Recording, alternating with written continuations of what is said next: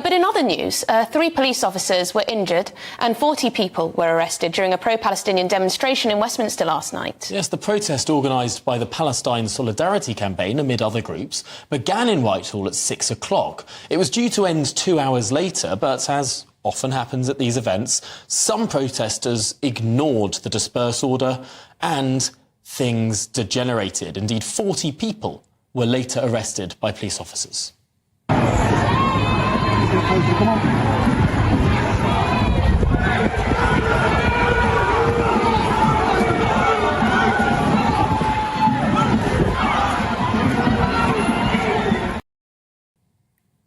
Well, joining us now is Norman Brennan, former London police officer and director of Law and Order Foundation. Norman, thank you very much.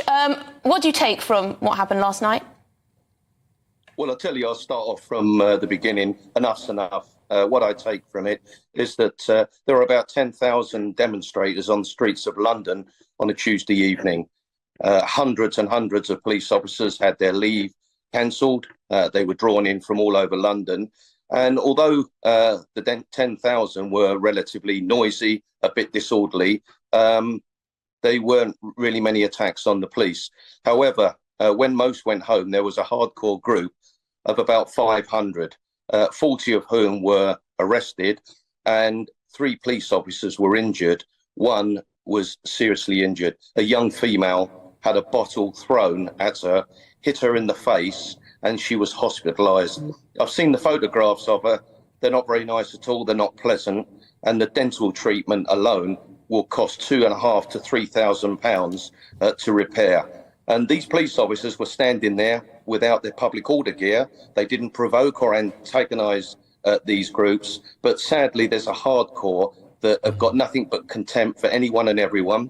Their violence has become out of order, and it's always the police that are the brunt of this. So enough is enough. The time has come for the Met Police, the Mayor, the Home Secretary to ban these marches and allow thousands of police officers that are taken away from already depleted areas to go back to their divisions and police the streets rather than having their leave cancelled. And every weekend is the same.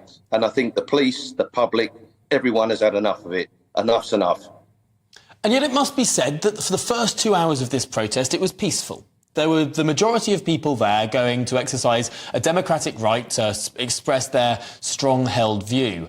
Although within that group, there is a significant chunk of people who clearly turned up to cause trouble, to ignore dispersal orders, to ignore the lawful way of doing protest. How do we separate those two issues? Because there are plenty of people who are very upstanding, law-abiding members of society who just want to attend a lawful march.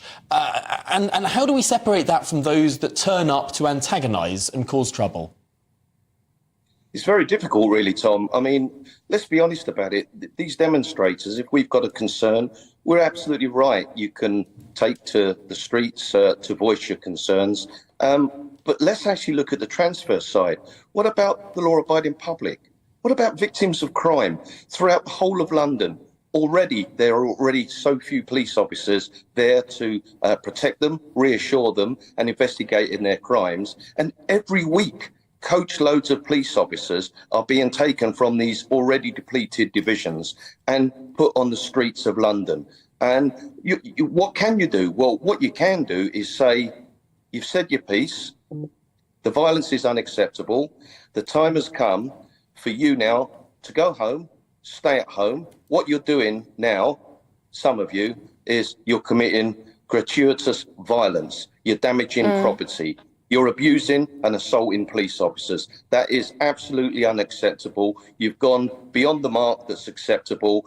We're banning these marches now for all of those reasons. And the public and the victims of crime rightly have a right to see police officers on their streets and be reassured and have their crimes investigated. And sadly, every weekend, they're not. And now this is even happening. I guess one of the problems, Norman, one of the problems with that is that, as we've seen, a number of civil liberties groups try to take the Home Office to court, and sometimes they win over clampdowns on protests. But Norman, you mentioned at the top that a female police officer has serious facial injuries as a result.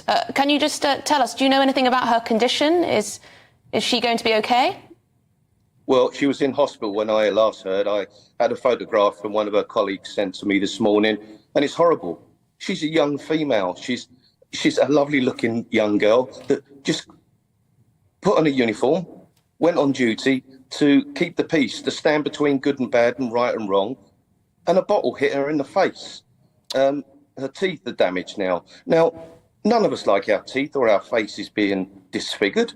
Police officers don't go to work to be abused, assaulted, insulted, and gratuitously grievous bodily harm by cowards in a crowd that think it's okay to throw a bottle at police officers who didn't have public order gear on. They weren't there to antagonise this group. So, yes, I think she's going to be okay, but it's a huge bill, almost £3,000 to pay for her dental repair alone. Her lips are cut, her face is bruised, and she's feeling very low today.